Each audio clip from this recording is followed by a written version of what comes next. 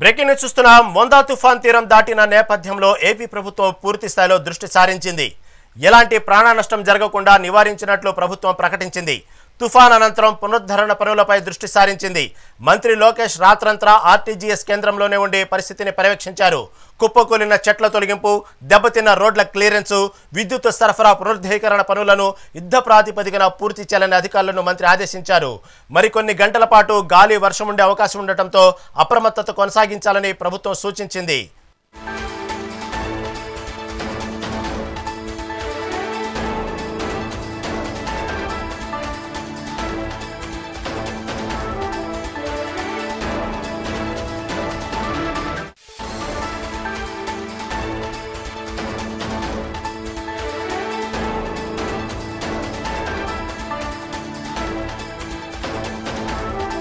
మొంతా తుఫాన్ కారణంగా ఉపాధి కోల్పోయిన మత్స్యకారులను ఆదుకునే దిశగా ప్రభుత్వం కీలక చర్యలు చేపట్టింది.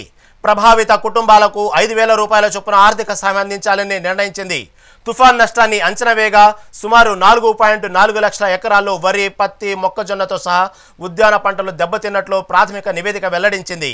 కోస్తా జిల్లాలో 70 నుంచి 90 కిలోమీటర్ల వేగంతో గాలులు వీచడంతో తూర్పుగోదావరి, కృష్ణా, విశాఖ జిల్లాలో చెట్లు, విద్యుత్ స్తంభాలు నేలకొరిగాయి.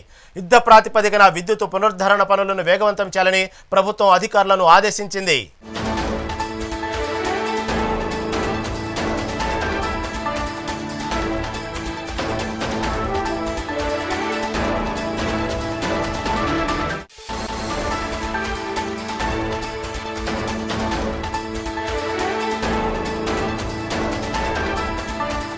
మొంతా తుఫాన్ తీరం దాటిన నేపథ్యంలో ఏపీ ప్రభుత్వం అయితే పూర్తి స్థాయిలో దృష్టి సారించింది.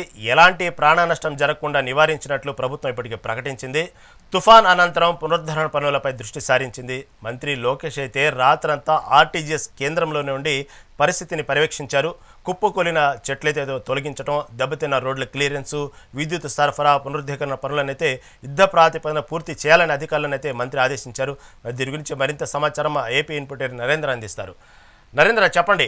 ప్రభుత్వం అయితే ఎప్పటికప్పుడు ఈ మొంతా తుఫాను అని ఎప్పుడైతే వాతావరణ హెచ్చరికలు జారీ చేసినాయో అప్పటి నుంచి ముందస్తుగానే 2 రోజుల ముందు నుంచి కానీ ఎప్పటికప్పుడు అధికారులను అయితే పరుగులు పెట్టారు. తర్వాత ఎప్పుడైతే మొంతా తుఫాను తీరం దాటిన తర్వాత కూడా ఇప్పటి వరకు అధికారులను అప్రమత్తం చేస్తూనే ఉన్నారు. తుఫాను సమయంలో కూడా మంత్రి లోకేష్ అయితే రాత్రంతా ఆర్టీజీఎస్ కేంద్రంలో ఉండే పరిస్థితిని పర్యవేక్షించారన్నట్టు వార్తలు వస్తున్న నేపథ్యంలో తాజా అప్డేట్ ఏంటి? ఆంధ్రప్రదేశ్ ప్రభుత్వం ఈ తుఫాన్ అనేటువంటి వార్త ఎప్పుడైతే బయటకు వచ్చిందో అప్పటి నుంచి దానికి తగిన విధంగా చర్యలు తీసుకుంటూ ఉంది. ఒక పక్క ముఖ్యమంత్రి చంద్రబాబు నాయుడు, మరో పక్క మంత్రి లోకేష్, అదేవిధంగా మిగతా మంత్రులంతా కూడా ఎక్కడెక్కడ ఏ జిల్లాల్లో ఎలాంటి పరిస్థితులు ఉన్నాయనేది ఎప్పటికప్పుడు ప్రభుత్వం దృష్టికి తీసుకొస్తున్నారు. దానికి తగిన విధంగానే చర్యలు తీసుకుంటూ ఉన్నారు. అధికార యంత్రాంగాన్ని మొత్తాన్ని కూడా ఏకతాటి మీద నడిపించి నారా చంద్రబాబు నాయుడు పెద్ద ఎత్తున ఈ తుఫాన్ తీవ్రత ఏదైతే ఉందో దాని వల్ల జరిగేటువంటి నష్టాన్ని చాలా వరకు నివారించగలిగారు. దానికోసం తీసుకున్నటువంటి ముందస్తు చర్యలు ఏవైతున్నాయో అవన్నీ కూడా మంచి ఫలితాలు ఇచ్చాయని చెప్పుకోవచ్చు. తుఫాను తీరం దాటిన తర్వాత కూడా పెద్ద ఎత్తున విధ్వంసం చేసింది. ఒక పక్క రోడ్లన్నీ కూడా చెట్లు కూలిపోయి ఇబ్బంది ప్రయాణం చేయడానికి అవకాశం లేకుండా పోయింది. మరో పక్క కాలువలు, గట్లు, చెరువులు ఇవన్నీ కూడా నీటి వల్ల పూర్తిగా కూడా నిండి ప్రమాదకర స్థాయిలో మారినటువంటి సమయంలో కూడా అక్కడెక్కడ ఇబ్బందికర పరిస్థితులు తలెత్తకుండా అధికార యంత్రాంగం అంతా కూడా అక్కడ పరిస్థితుల్ని చక్కదిద్దగలిగారు. మరో పక్క లోతట్టు ప్రాంతాల్లో ఉన్నటువంటి ప్రజలు కూడా అంతకు ముందే సురక్షిత ప్రాంతాలకు తరలించడం వల్ల లోతట్టు ప్రాంతాల్లో కూడా పెద్ద ఇబ్బందికర పరిస్థితులు ఏర్పడలేదు. ముఖ్యంగా అర్బన్ ఏరియాలో కూడా వాటర్ లోతట్టు ప్రాంతాల్లో నిలిచిపోతే వాటిని ముందుగానే అక్కడ ఏర్పాటు చేసినటువంటి ఏవైతే నీటిని తోడేటువంటి యంత్రాలు ఉన్నాయో వాటి ద్వారా వాటన్నిటిని తోడి ఆ కాలువల్లోకి పంపించేటువంటి ప్రయత్నం చేయడంతో వీలైనంత త్వరగా అర్బన్ ఏరియాలో ఉన్నటువంటి లోకల ఏదైతే చిన్న చిన్న సందుల్లో కూడా నిలిచిపోయినటువంటి నీటిని కూడా బయటికి పంపించారు. మొత్తం ఒక పక్క అర్బన్ కానీ రూరల్ కానీ మొత్తం అన్ని ప్రాంతాల్లో కూడా ఇబ్బందికర పరిస్థితులు రాకుండా ఇటు తుఫాను తీవ్రత ఈ స్థాయిలో ఉన్నప్పటికీ రాష్ట్ర ప్రభుత్వం తీసుకున్నటువంటి చర్యల వల్ల మంచి ఫలితాలు వచ్చాయి. ముఖ్యంగా ఏదైతే వ్యవసాయానికి సంబంధించి కూడా రైతులకు ఎక్కడ ఇబ్బంది పరిస్థితులు ఉన్నాయి, అదేవిధంగా ఎక్కడెక్కడ రైతులకి ఏ స్థాయిలో నష్టం జరిగిందనే దాని మీద కూడా ఇప్పటికే ప్రభుత్వానికి ఒక రకంగా క్లారిటీ వచ్చేసింది. దానికి సంబంధించి ప్రాథమిక అంచనాలు కూడా తెప్పించుకోబోతుంది. దాన్ని వెంటనే కేంద్ర ప్రభుత్వం దృష్టికి తీసుకువెళ్లి రైతులను ఆదుకునేందుకు కూడా చర్యలు చేపట్టబోతున్నారు.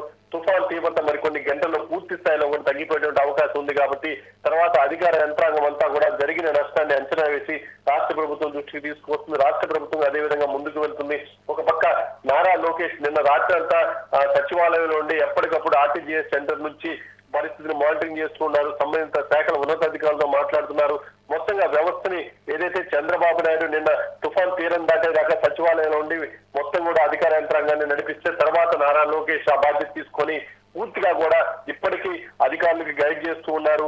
ఒక పక్క ఏదైతే రాష్ట్ర ప్రభుత్వం ఏ స్థాయిలో పనిచేయాలనుకుంటుందో ఆ స్థాయిలో నిన్న పూర్తిగా కూడా అధికార యంత్రాంగాన్ని ఇటు చంద్రబాబు నాయుడు నారా లోకేష్ సంబంధించిన మంత్రులు నడిపించగలిగారు. మొత్తంగా ప్రాణ నష్టం లేకుండా ఈ తుఫాన్ ఎంత తీవ్రంగా ఆంధ్రప్రదేశ్ మీద విరుచుకుపడిన రాష్ట్ర ప్రభుత్వం సమర్థవంతంగా పనిచేసింది. నరేంద్ర, ప్రస్తుతం అయితే ఇంకా తుఫాన్ అయితే తీరం దాటినట్టు వార్తలు వస్తున్న నేపథ్యంలో కూడా ఇంకా భారీ వర్షాలు అయితే కొనసాగుతూనే ఉన్నాయి. ఎక్కడ కూడా సీఎం చంద్రబాబు చెప్పిన విషయం మరీ చెప్పిన విషయం, ఎక్కడైతే దీనికి సంబంధించి తీరం దాటింది కదా అని చెప్పే అధికారులు కానీ ఇటు ప్రజలు కానీ దానికి సంబంధించినటువంటి తీరం దాటేసింది కదా ఎక్కడ రిలాక్స్ అవ్వద్దు, సాయంత్రం వరకు అయితే భారీ నుంచి అతి భారీ వర్షాలు కురుస్తున్న నేపథ్యంలో ఇంకా తుఫాన్ ఎఫెక్ట్ అయితే ఉంది, జాగ్రత్త ఉండండి అంటూ ఇప్పటికే స్కూల్స్ కానీ కాలేజీ కానీ సెలవు కూడా ప్రకటించడం జరిగింది. అంతేకాకుండా అత్యవసరం అయితేనే బయటకు రావాలని చెప్పి కూడా హెచ్చరించడం జరిగింది. ఎప్పటికప్పుడు కేవలం ముంతా తుఫాన్ తీవ్రం దాటింది అని చెప్పి రిలాక్స్ అవ్వద్దు అంటూ కూడా అధికారులను ఆదేశించారు. దీని గురించి ఏమంటారు? తాజా అప్డేట్ ఏంటి? ఏదైతే రాష్ట్ర ప్రభుత్వం మొదటి నుంచి చెప్తుంది, తుఫాను సమయంలో ఒక పక్క వర్షం వల్ల జరిగేటువంటి నష్టానికంటే ఇతర కారణాల వల్ల ఎక్కువ నష్టం జరుగుతుంది. ముఖ్యంగా పెద్ద ఎత్తున ఎదురుగాలు వీస్తాయి కాబట్టి విద్యుత్ స్తంభాలు అవన్నీ కూడా నేల కొరికేటువంటి అవకాశం ఉంది. ఆ సమయంలో చుట్టుపక్కల ప్రాంతాల్లో కూడా ఆ విద్యుత్ తీగలు తెగిపట్టడం వల్ల పెద్ద ఎత్తున నష్టం జరుగుతుంది. దాంతో పాటు ఏదైతే హోర్డింగ్స్ కానీ లేకుంటే ఎత్తైనటువంటి భవనాలు కానీ వాటికి సంబంధించినటువంటి గోడలు కానీ ఇవన్నీ కూలి ఆ చుట్టుపక్కల ప్రాంతాల్లో ఉన్న వారికి పెద్ద ఎత్తున నష్టం కలిగేటువంటి అవకాశం ఉంటుంది. కాబట్టి ముందు ఏదైతే తుఫానుకు సంబంధించి తీవ్రంగా ఎదురుగాలు వీస్తున్నాయి ఆ సమయంలోనే రాష్ట్ర ప్రభుత్వం ప్రజలను అప్రమత్తం చేసింది.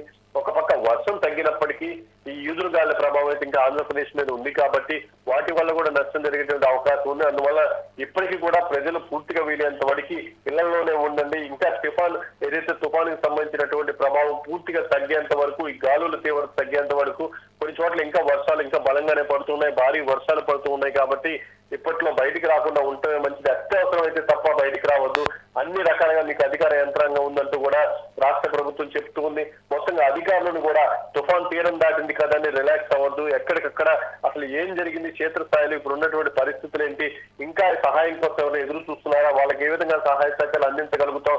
దాంతో పాటు ఇప్పుడు ఒక పక్క పంటలకు సంబంధించి ఏ స్థాయిలో నష్టం జరిగింది, అదేవిధంగా రాష్ట్ర ప్రభుత్వానికి సంబంధించి ముఖ్యంగా రోడ్లు కానీ లేకుంటే రాష్ట్ర ప్రభుత్వానికి సంబంధించినటువంటి ఇతర వ్యవస్థలు ఏ విధంగా దెబ్బతున్నాయి, వాటిని ఏ విధంగా పునర్నిర్మించుకోవాలి, ముఖ్యంగా వాటి నష్టానికి సంబంధించినటువంటి అంచనాలు, దాంతో పాటు క్షేత్రస్థాయిలో ఉన్నటువంటి పరిస్థితులు, ముఖ్యంగా జలాశయాలు, దాంతో పాటు కాలువలు, ఇవన్నీ కూడా చెరువులు, ఇవన్నీ కూడా ఎలాంటి పరిస్థితుల్లో ఉన్నాయి, వాటిలో ఉన్న మరమ్మతులు చేపట్టాల్సినటువంటి అవసరం ఉన్నటువంటి అంశాల మీద కూడా అధికార యంత్రాంగం అంతా క్షేత్రస్థాయికి వెళ్ళి ఎప్పటికప్పుడు డేటా కలెక్ట్ చేస్తూ ఉన్నారు. మొత్తంగా రాష్ట్ర ప్రభుత్వం అయితే ఒక పక్క అధికారులను ఈ తుఫాను సమయంలో పరుగులు పెట్టించి ప్రజలకు అన్ని రకాలుగా కూడా ఎక్కడ ఇబ్బంది కలగకుండా రాష్ట్ర ప్రభుత్వం పనిచేయగలిగింది. రహీం, చూసుకుంటే ఓవరాల్గా ఎప్పుడైతే ప్రభుత్వం ముందస్తు చర్యలు తీసుకుందో ఎక్కడికక్కడ అధికారులు అప్రమత్తమయ్యారో ఈసారి తీసుకున్నటువంటి ఏదైతే ఇంత పెద్ద మొంతా తుఫాను ఇప్పటికప్పుడు కంటి మీద కొనుక్కు లేకుండా చేసినప్పటికీ దీంట్లో అదృష్టం ఏంటంటే ఎక్కడా ప్రాణ నష్టం జరగలేదు. నరేంద్ర, దీనికి సంబంధించి ప్రభుత్వానికైతే తీసుకున్న నిర్ణయాల పట్ల హ్యాట్స్ ఆఫ్ అని చెప్పాలి. కాకపోతే ఎప్పుడైతే తుఫాను నష్టాన్ని అంచనా వేగా సుమారు 4.4 లక్షల ఎకరాల్లో వరి కానీ పత్తి కానీ మొక్కజొన్న సహా ఉద్యాన పంటలు దెబ్బతిన్నట్లు ప్రాథమిక నివేదిక అయితే వస్తూ ఉంది. ఇటు కోస్తా జిల్లాలతో 70 నుంచి 90 కిలోమీటర్ల వేగంతో గాలులు వీచడంతో ఇటు తూర్పుగోదావరి, కృష్ణా, విశాఖ జిల్లాల్లో కూడా చెట్లు కానీ విద్యుత్ స్తంభాలు ఈ విధంగా నష్టం జరిగింది కానీ ప్రాణ నష్టం ఎక్కడ జరగలేదు. అత్యవసరంగా అయితే మాత్రం ఆర్థిక సాయం కింద ఈ ప్రభావిత కుటుంబాలకైతే 5,000 రూపాయల చొప్పున ఆర్థిక సాయం అందించాలని అయితే ప్రభుత్వం నిర్ణయించింది. దీని గురించి తాజా అప్డేట్ ఏంటి? ఏ స్థాయిలో ఆలోచించింది, ఏ స్థాయిలో పనిచేసింది అనేది తెలియాలంటే ఒకసారి ఒక చిన్న విషయం మనం గమనిస్తే అర్థమవుతుంది. ఏదైతే తుఫానుకు సంబంధించి రాష్ట్ర ప్రభుత్వానికి క్లారిటీ వచ్చిందో, తుఫాన్ ఆంధ్రప్రదేశ్ మీద విరుచుకుపడేటువంటి అవకాశం ఉంది అనేటువంటి సమాచారాన్ని రాష్ట్ర ప్రభుత్వానికి క్లారిటీ రావడంతోనే వెంటనే దాన్ని తగిన విధంగా అధికారులు రంగంలోకి దింపింది. ముఖ్యంగా వారం రోజుల్లోపు డెలివరీ అయ్యేటువంటి అవకాశం ఉన్నటువంటి మహిళలు ఎవరైతే ఉన్నారో వాళ్ళందరినీ కూడా హాస్పిటల్ కి తరలించాలి. వాళ్ళెవరిని కూడా వాళ్ళ ఇళ్లలో ఉండటం వల్ల సేఫ్ గా ఉండరు. ముఖ్యంగా ఏదైతే ఒక పక్క వర్షం ఎక్కువగా పడి రోడ్లు బ్లాక్ అయిపోయినా, లేకుంటే రోడ్ కనెక్టివిటీ దెబ్బతిన్నా, లేకుంటే కమ్యూనికేషన్ వ్యవస్థ లేకపోయినా వాళ్ళు ఇంట్లో ఇబ్బంది పడేటువంటి అవకాశం ఉంది. కాబట్టి వారం రోజుల్లోపు డెలివరీ అయ్యేటువంటి మహిళలు ఎవరైతే ఉన్నారో వాళ్ళందరినీ కూడా హాస్పిటల్ కి తీసుకురండి. హాస్పిటల్ అయితే సేఫ్ గా ఉంటుంది. వెంటనే మనం వైద్య సదుపాయాన్ని అధికారులు మొత్తం కూడా వైద్య వ్యవస్థ అంతా కూడా అందుబాటులో ఉంటుంది కాబట్టి దానికి సంబంధించిన అధికారులు ఉంటారు కాబట్టి మెరుగైన వైద్యాన్ని అందించగలుగుతామంటూ రాష్ట్ర ప్రభుత్వం పరుగులు పెట్టి 750 మందికి పైగా ఏదైతే వారం రోజుల్లోపు డెలివరీ అయ్యేటువంటి మహిళలు కూడా మొన్న ఏదైతే తుఫానుకి 24 గంటల ముందే, తీరం దాటడానికి 24 గంటల ముందే వాళ్ళందరినీ ఆసుపత్రులకు తరలించారంటేనే రాష్ట్ర ప్రభుత్వం ఏ విధంగా ముందుకు వెళ్తుందో మనం అర్థం చేసుకోవచ్చు. అదే తరహాలో ఎక్కడెక్కడ ఎలాంటి చర్యలు చేపట్టాలి. ముఖ్యంగా ఇక్కడ లోతట్టు ప్రాంతాల్లో నీళ్లు నిలిచిపోతాయి కాబట్టి అక్కడ నీటిని తోడేటువంటి యంత్రాలు అందుబాటులో ఉంచారు. పెద్ద పెద్ద మోటార్లు తీసుకొచ్చి ముందు తుఫాను కంటే 24 గంటల ముందే ఆ ప్రాంతాలకు చేర్చారు. మరోపక్క జేసీబీలు అందుబాటులో తీసుకొచ్చారు. రోడ్ల మీద చెట్లు పడిపోతే ఆ చెట్లను తొలగించడానికి అవసరమైనటువంటి మిషనరీ యంత్రాన్ని కూడా అందుబాటులో తీసుకువచ్చారు. ఎక్కడెక్కడ టీమ్స్ ని ఏర్పాటు చేశారు.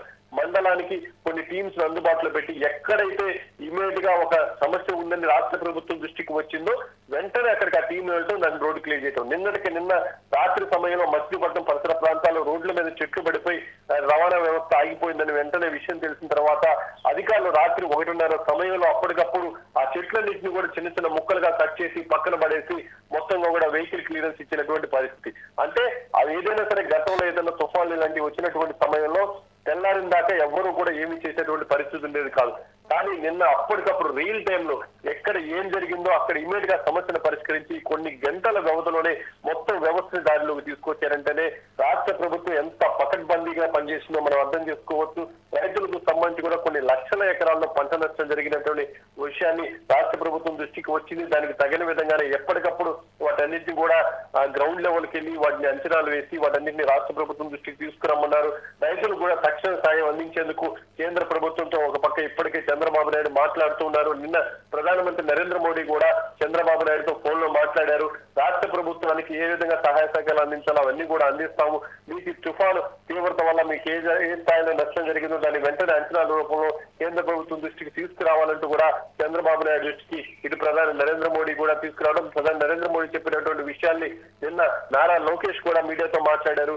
కేంద్ర ప్రభుత్వం మనకు అండగా ఉంది. ఎంత నష్టం జరిగినా సరే ఒక పక్క దాన్ని తగ్గించడానికి మేము గట్టిగా ప్రయత్నాలు చేస్తూ ఉన్నాము. దాంతో పాటు రాష్ట్ర ప్రభుత్వం సమర్థవంతంగా పనిచేస్తుంది కాబట్టి ప్రజలు కూడా చాలా వరకు మంచి సంతృప్తితో ఉన్నారు.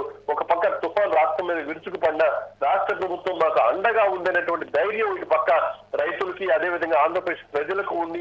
దాన్ని మనం నిలుపుకోవాలి. తుఫాను తీరం దాటినా సరే మనమంతా కూడా సమర్థవంతంగా ఇంకా పనిచేయాలి. ప్రజలకి చివరిగా ఏదైతే లోతట్టు ప్రాంతాల్లో ఉన్నటువంటి వాళ్ళు కూడా ఎలాంటి ఇబ్బంది పడకుండా ప్రశాంతంగా వాళ్ళ జీవనం యథావిధిగా కొనసాగే విధంగా మనం ఏం చేయగలుగుతామో అవన్నీ కూడా చేయాల్సినటువంటి అవసరం ఉందంటూ నారా లోకేష్ అధికార యంత్రాంగాన్ని గత 24 గంటలుగా ఏ విధంగా పరుగులు పెట్టించారో మనం చూసాం. హోంమంత్రి కానీ అదేవిధంగా ఇతర మంత్రులు కూడా ఎప్పటికప్పుడు దీనికి సంబంధించి మానిటరింగ్ చేస్తున్నారు. వాళ్ళు సచివాలయంలో ఉండి సమీక్షలు నిర్వహిస్తున్న వాళ్ళ నియోజకవర్గాల్లో ఉన్నటువంటి పరిస్థితిని కూడా మానిటరింగ్ చేసుకుంటూ అక్కడ ఉన్నటువంటి ఉన్నతాధికారులతో టెలికాన్ఫరెన్స్ పెట్టుకొని అక్కడ కూడా పరిస్థితిని చక్కదిద్దుకున్నటువంటి పరిస్థితి. మొత్తంగా ఆంధ్రప్రదేశ్ ప్రభుత్వం అయితే తుఫానుకు సంబంధించి ఎదురు నిలబడి పోరాడిందనే చెప్పుకోవాలి. అధికార యంత్రాంగాన్ని ఏకతాటి మీద నడిపించి మొత్తం వ్యవస్థను మొత్తాన్ని కూడా ఇటు రాష్ట్ర ప్రజల కోసం సమర్థవంతంగా ఉపయోగించింది. Right Narendra, right. Thank you for update.